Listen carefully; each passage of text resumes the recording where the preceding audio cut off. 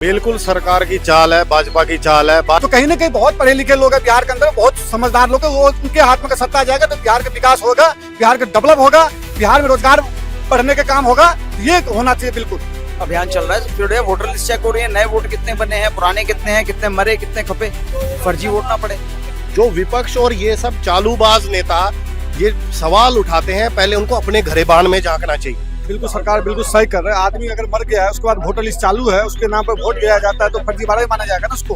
बेशर्मों की पार्टी है, गुंडों की फौज है ये। सबसे बड़ी बात है इलेक्शन बिहार में है। लेकिन यहाँ की जनता जाकर के वोट गिरा कर जाएंगे, लेकिन सरकार से ये नहीं पूछेंगे हमको रोजगार कब दोगे आप। नमस्कार, मैं सगुन चौरसिया, मोर्टिस मीडिया नेटवर्क में आपका स्वागत है। तो बात करते हैं बिहार में कुछ समय में होने वाले विधानसभा चुनाव में, जिसमें हर रोज एक नया घमासान मचता नजर आ रहा है और अब इसमें चुनाव आयोग भी शामिल हो गया है। चुनावी पारदर्शिता को सही ढंग से चलाने के लिए 2003 के बाद अब मतदाता सूची अभियान चलाया जा रहा है, जिसमें आमतौर पर 2 साल का वक्त लगता है, पर अब इसे 25 दिन में ख़त्म करा जा रहा है। तो इससे अब बिहार में और बिहार के विपक्ष में और अब बंगाल में भी इसकी हलचल नज़र आ रही है। तेजस्वी यादव का कहना है कि इससे लोकतांत्रिक अधिकारों का हनन होगा। तो वहीं बंगाल से दीदी ने सीधा पीएम मोदी पर निशाना साधा है और कहा है कि इसमें इस सूची से कुछ खास समुदाय के लोगों का नाम बाहर निकाल दिया जाएगा। तो मैं इस समय राजीव चौक पर मौजूद हूँ, तो चलिए आम जनता से बात करते हैं और जानने की कोशिश करते हैं कि इस विवाद पर उनका क्या सोचना है। सर, आपका नाम? संदीप। सर, जो ये बिहार में चुनाव होने वाला है, उसके बाद जो ये अभियान चलाया जा रहा है कि चुनाव मतदान पारदर्शिता तरीके से अच्छे तरीके से हो जाए, उस पर आपका क्या कहना है? तो बहुत अच्छा अभियान चल रहा है, सबसे बढ़िया वोटर लिस्ट चेक हो रही है, नए वोट कितने बने हैं, पुराने कितने हैं, कितने मरे, कितने खपे, फर्जी वोट ना पड़े। तो इसमें क्या दिक्कत है? सर, जो विपक्ष है वो वार कर रही है। बंगाल से दीदी ने बोला है कि इसे कुछ जो समुदाय के लोग हैं उसका नाम बाहर हो जाएगा। सबसे बड़ी बात है इलेक्शन बिहार में है और टेंशन ममता बनर्जी को है बंगाल में। पहले अपना बंगाल से मान लो, बिहार तो हम देख लेंगे। तो आपको क्या लगता है कि जो लोगों को एक डर है, ऐसा तेजस्वी यादव का कहना है कि लोगों में डर बना है। अभी ममता बनर्जी ने क्या बोला, एक विशेष समुदाय की बात करी, ठीक है ना। उस समुदाय से ममता बनर्जी को इतना प्यार है, उस समुदाय से क्यों प्यार है आपको? क्योंकि बांग्लादेशी हैं, रोहिंग्या हैं, इसलिए। क्योंकि देखिए ममता बनर्जी भारत की तो है नहीं, वो भी बांग्लादेशी है, इसलिए उनको टेंशन हो रही है। मेरा भाई चला जाएगा, मेरा मामा चला जाएगा, मेरी फूफी चली जाएगी, तो क्या दिक्कत है? सर, जो तेजस्वी यादव है इस टाइम वो कैप्टन की तरह, जैसे एक हेलीकॉप्टर को कैप्टन चलाता है, उस तरीके से वो बिहार को क्या संभाल पाएंगे, आपको लगता है? उनके पिताजी ने बहुत अच्छा संभाला था, तभी बिहार की हालत है। हाँ, नीतीश कुमार को काफी समय हो गया, समस्या हर जगह आती है। मैं ये नहीं कहता नीतीश कुमार अच्छा चला रहे हैं, कमी पेशी हर काम में होती है, लेकिन लालू के कार्यकाल में और नीतीश कुमार के कार्यकाल में या और किसी के कार्यकाल में कितना फर्क है, किसको कितना पीरियड मिला? और सर, अखिलेश यादव का भी बयान आया है, इस पे कह रहे हैं कि ये लोकतांत्रिक अधिकारों का हनन है इस लिस्ट से। मैंने भी आपको क्या बोला, ममता बनर्जी को बंगाल की टेंशन नहीं है, बिहार की टेंशन है। अखिलेश यादव को यूपी की टेंशन नहीं है, क्योंकि यूपी की टेंशन तो बाबा ने संभाल ली अपने कंधे पे, ठीक है ना। अब वो बिहार में शायद अपना पैर पसारना चाह रहे हैं। अबे पहले अपना घर देख लो, पड़ोसी के घर की बात नहीं देख लेना। पहले अपने खाने के दाने देख लो, पड़ोसी के घर में राशन बहुत है। सर, जैसा कि आपने बोला कि ये बहुत अच्छा हो रहा है, तो 2003 के बाद ये अब क्यों कराया जा रहा है? विधानसभा चुनाव अब है, इतने साल का गैप क्यों? देखिए, सबसे बड़ी बात आपने बोला 2003 के बाद अभी क्यों कराया जा रहा है। 2003 से 2014 कितना टाइम हो गया? 11 साल। किसकी सरकार थी? कांग्रेस ने क्यों नहीं कराई? करानी चाहिए थी ना। मोदी जी को 11 साल हुए, अब उन्होंने करा रहे हैं तो उनके पेट में दर्द हो रहा है। 11 साल आपने क्यों नहीं कराई? टोटल 22 साल हो गए, 11 उनके, 11 मोदी के। अगर मोदी जी करा रहे हैं तो क्या दिक्कत है उसमें? तो आपको लगता है कि इससे वोटर्स के जो अधिकार है उनका कोई हनन नहीं हो रहा और ये अच्छे तरीके से हो रहा है, ऐसा विपक्ष का कहना है? मैंने भी आपको क्या बोला, मरे खपे वो वोट भी डलते होंगे इनडायरेक्ट वे में, बुरके के अंदर। मतलब सुविधाओं के लिए तो बुरका उठा के दिखा देंगे कि मैं सलमा हूं, मैं ये हूं, लेकिन वोट डालने के टाइम पे बुरका नहीं उठाएंगे। मैं किसी जाति विशेष को नहीं बोल रहा हूं, लेकिन ऐसा क्यों? सुविधाओं के लिए तो आप कह रहे तो हाँ सलमा, हाँ मैं हूँ, क्यों भाई? जब वहां पे पूछते हैं ये वोटर कार्ड किसका है, तो क्या तो नहीं बुर्का नहीं उठाएंगे, मियाँ जी मना करेंगे मेरे, हमारे इस्लाम में अच्छा नहीं है। क्यों भाई?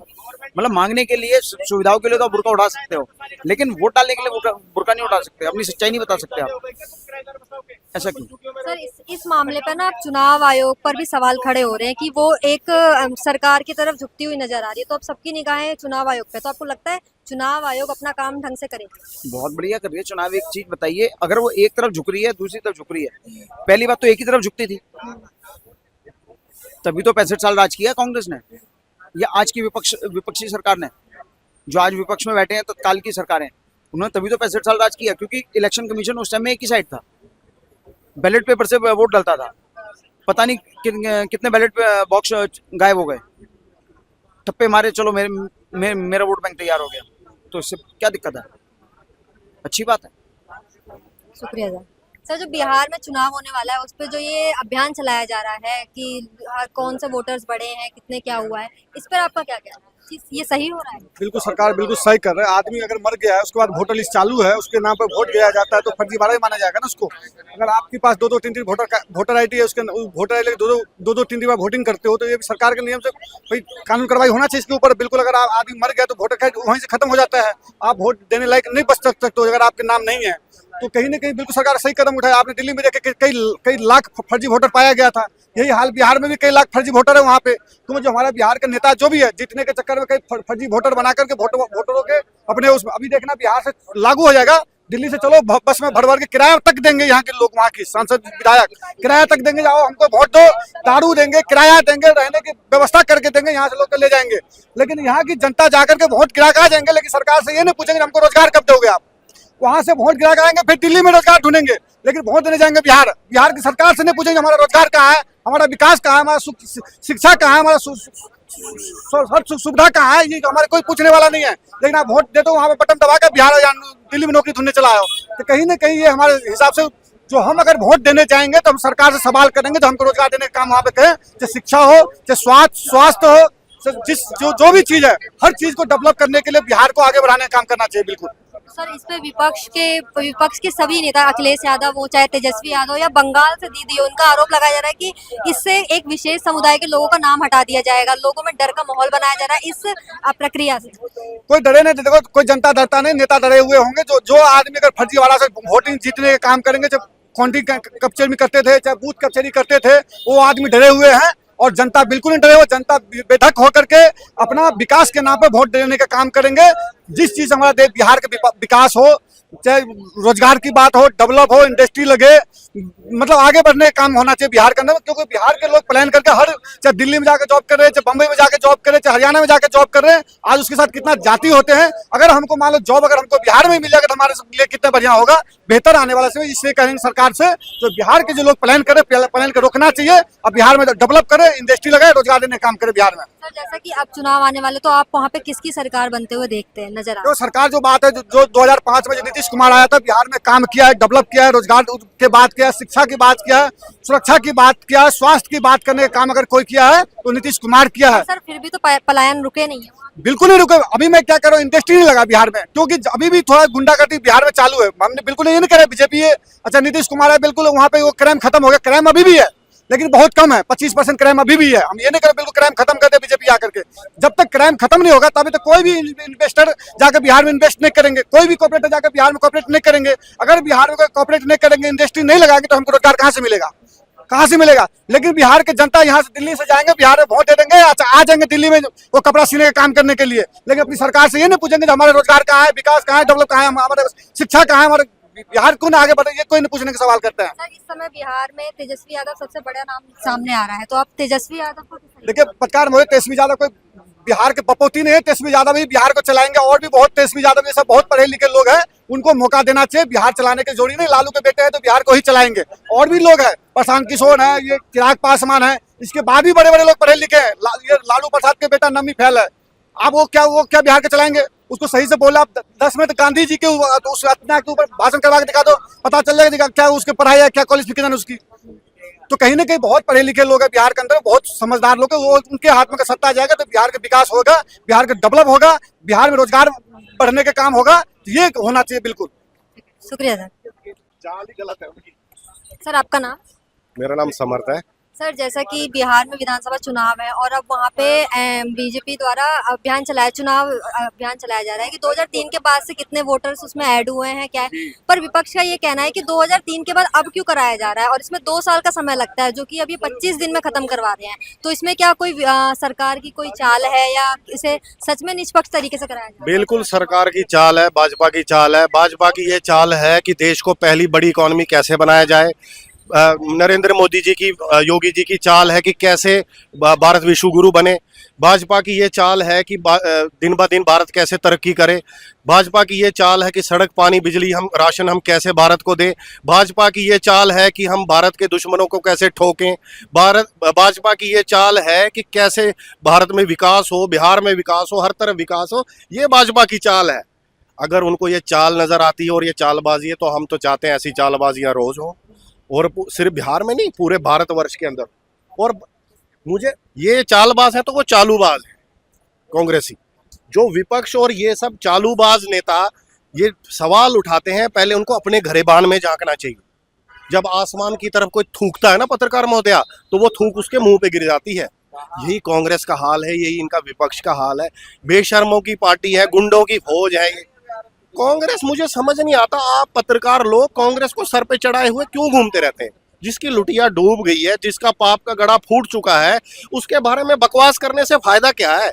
मैं आपके माध्यम से बताना चाहता हूं कि ये ऋषि मुनियों द्वारा शापित पार्टी है। कृपाते जी महाराज का नाम ले लो और किसी बहुत सारे ऋषियों का इनको श्राप है। गोपाष्टमी के दिन इनके सारे नेता खत्म हो गए। अब आप देखिए इनकी लुटिया दिन ब दिन डूब रही। माननीय राजीव गांधी जी, स्वर्गीय राजीव गांधी जी को भी जबरदस्ती राजनीति में लाया गया, वो आना नहीं चाहते थे। उन्हीं के श्रीमान पुत्र है राहुल गांधी जी, जनेऊदारू ब्राह्मण, जो कोर्ट पे जनेऊ लगा के आते हैं, चालबाज बताते हैं दूसरों को। खुद देखिए चालबाजी। ये मुझे आप बताइए, ये भी राजनीति के लायक नहीं है। इसको कपिल शर्मा का शो तो कोई मुझे हंसी नहीं आती जब राहुल गांधी का कोई नाम ही लेता है ना। यूट्यूब पे आप देखिए 2-2 घंटों के वीडियो है राहुल गांधी के। उसको अपना फील्ड बदलना चाहिए, वो सुपरस्टार बन जाएगा रातों रात। उसको बॉलीवुड में आना चाहिए, कॉमेडी फिल्में बनानी चाहिए। पैसा तो है ही चोरी का कांग्रेस के पास। बंगाल से दीदी ने भी आरोप लगाया है, सीधा प्रधानमंत्री पे आरोप लगाया है। तो दीदी कौन है? ममता नहीं, बनर्जी। देखिए दीदी तो दीदी मत बोलिए उसको, वो दीदी नहीं। किसी शूर्पणखा को हम दीदी नहीं मानते हैं। रोज महिलाओं, खुद एक महिला है, इतनी महिलाओं के वहाँ बलात्कार हो रहे हैं, दुष्कर्म हो रहा है उसके साथ। तो ये कहते हैं कि महिला ही महिला का दर्द समझ सकती है, तो उसको, वो महिला है तो उसको दर्द नहीं नजर आता है महिलाओं का? मतलब उसमें भी वो हिंदू, मुसलमान और ये सब देखेगी क्या? आप उसको दीदी बोलती हैं, काहे की दीदी है वो? मुझे तो एक ही दीदी पता थी, लता मंगेशकर जी, जो चली गई। अब पता नहीं ये कब जाएंगी, ये जा नहीं रही है। कब, भगवान करे जल्दी से जल्दी ये भी चली जाएं, जो धरती का बोझ खत्म हो जाए। इसने भी बहुत गंद फैला रखी है। आपने देखा होगा पिछले दिनों अभी मेरी किसी से वो चल रही थी डिबेट किसी और चैनल पे, तो वो व्यक्ति मुझे कहता है कि आप क्यों घुसाते हैं, अब इनको निकाल ही रहे हैं तो क्यों घुसाते ही क्यों हैं इनको, रोगियों, बांग्लादेशियों को, पाकिस्तानियों को? तो मैंने उसको कहा कि ममता बनर्जी घुसाती है। वो देखिए खुद ऑन कैमरा, CTV से लेके पता नहीं जितने, मैं नाम नहीं लेना चाहता आपके चैनल पे, जितने भी चैनल्स हैं बड़े बड़े, उसने खुद बोला है ममता बनर्जी ऑन कैमरा कि मैं घुसाऊंगी रोगियों को, मैं घुसाऊंगी बांग्लादेशियों को अंदर, उखाड़ लो मेरा। बोला उसने, मेरे को वोट चाहिए, मुझे जीतना है, खुलेआम बोला उसने। ऐसी औरत को, ऐसी डायन को आप शूर्पणखा बोलते हैं? ये दीदी का शब्द है ना, या भैया या दीदी किसी को बोलते हैं ना, तो जिसको हम सम्मान देना चाहते हैं, जिसको हम इज्जत देना चाहते हैं, उसी के लिए इन शब्दों का प्रयोग करना चाहिए। किसी को अपना भैया, दीदी, मामा, चाची, फूफी, ताया जो भी बनाना है, बड़ा सोच समझ के बनाना चाहिए। अभी इसी दिल्ली में आपने देखा होगा, एक लड़की को उसने छत से फेंका है, जिहादी ने। वो उसको राखी बांधती थी, फिर वो उसको कहता है कि मुझे अपना बॉयफ्रेंड बना ले। जो लड़की तुझे भाई मान रही है, इसीलिए मैं आपसे कहता हूँ, ये मैं इसलिए, ये बात बीच में मैंने इसलिए जोड़ी कि आपने दीदी के शब्द का इस्तेमाल उस डायन के लिए किया।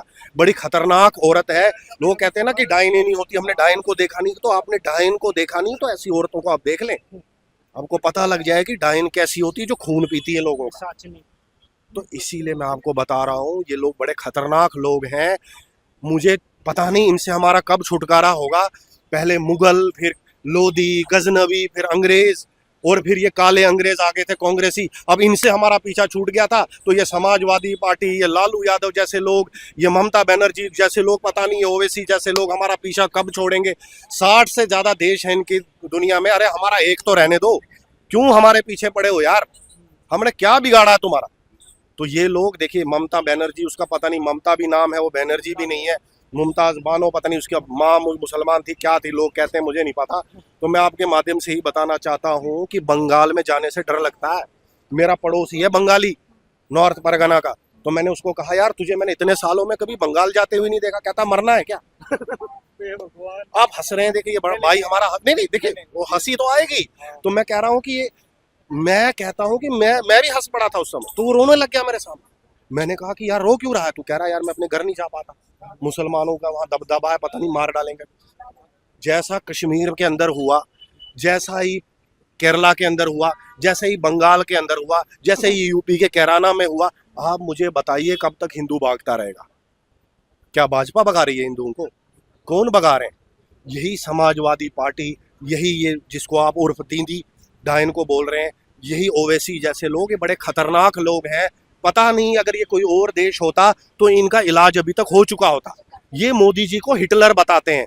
आप मुझे बताइए, इमरजेंसी लगाने वाली कांग्रेस इंदिरा गांधी, जेलों में डालने वाली इंदिरा गांधी, 84 के दंगे कराने वाली इंदिरा गांधी, उसके बाद राजीव गांधी कहता है कि जब बड़ा पेड़ गिरता है तो धरती हिलती है, तो इतने सरदारों को मारने वाला राजीव गांधी, कांग्रेस, सारे पाप तो कांग्रेस के ऊपर है। और फिर ये मोदी जी को हिटलर कहते हैं कि मोदी हिटलर है। मैं कहता हूं कि जिसने चौथी बड़ी इकोनॉमी भारत को बना दिया, जिसके नाम से थर थर कांपते हैं दुश्मन, अगर वो हिटलर है ना, तो हमें ऐसा ही हिटलर चाहिए।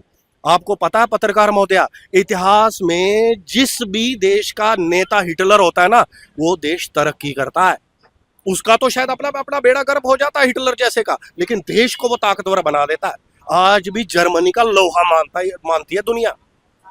उसने पूरे दुनिया को धमका रखा था, यहाँ तक कि इंग्लैंड कहता था never sets on English empire. उस इंग्लैंड की भी उसने, जो ये हम बोलते हैं ना, बिना खड़क और बिना डाल साबरमती के संत तूने कर दिया कमाल, ये सब बकवास बातें हैं। किसी साबरमती के संत ने हमें कोई आज़ादी नहीं दिलाई है डंडा लेके कि एक गाल पे कोई थप्पड़ मारे, दूसरा गाल भी, अभी मैं किसी के थप्पड़ मार दूं ना, मेरे 4 मार देगा वो। तो मैं इसीलिए आपके माध्यम से कहना चाहता हूं कि ये सब जो इनकी कांग्रेस की नहीं, कांग्रेस ने, देखिए कांग्रेस ने क्या किया है, उसने खोखला किया देश को। उसने कोई ऐसी कसर नहीं छोड़ी देश को बर्बाद करने में, देश को खत्म करने में।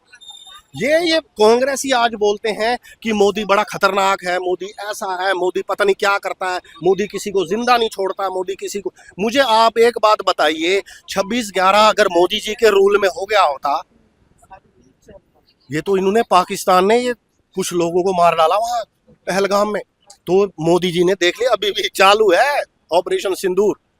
अगर यही 26/11 56 इंच वाले मर्द के सीने वाले के उसमें राज में हो गया होता ना, मैं कहता हूं पाकिस्तान 2008 के बाद नजर नहीं आया होता दुनिया से। वैसे भी 1-2 साल का ही खेल बचा है पाकिस्तान में, ठीक है। पीओके नहीं है वो, पीओजे के आने वाला, उसमें जम्मू का एरिया ज्यादा है कश्मीर से, उसको पीओजे के कहते हैं।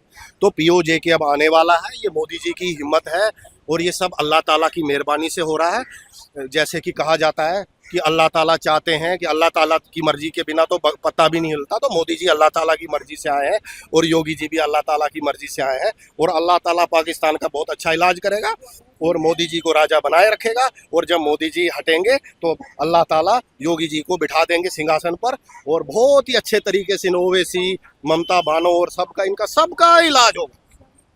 शुक्रिया सर आपका। इस चुनावी प्रक्रिया पर अखिलेश यादव का भी बयान सामने आया है और अब ये शंका जताई जा रही है कि इस प्रक्रिया से लोगों का नाम सूची से बाहर निकलने का भी डर बना हुआ है। अब सबकी निगाहें चुनाव आयोग पर टिकी हुई है कि वो इसे किस तरीके से निष्पक्ष और पारदर्शिता तरीके से प्रस्तुत करती है।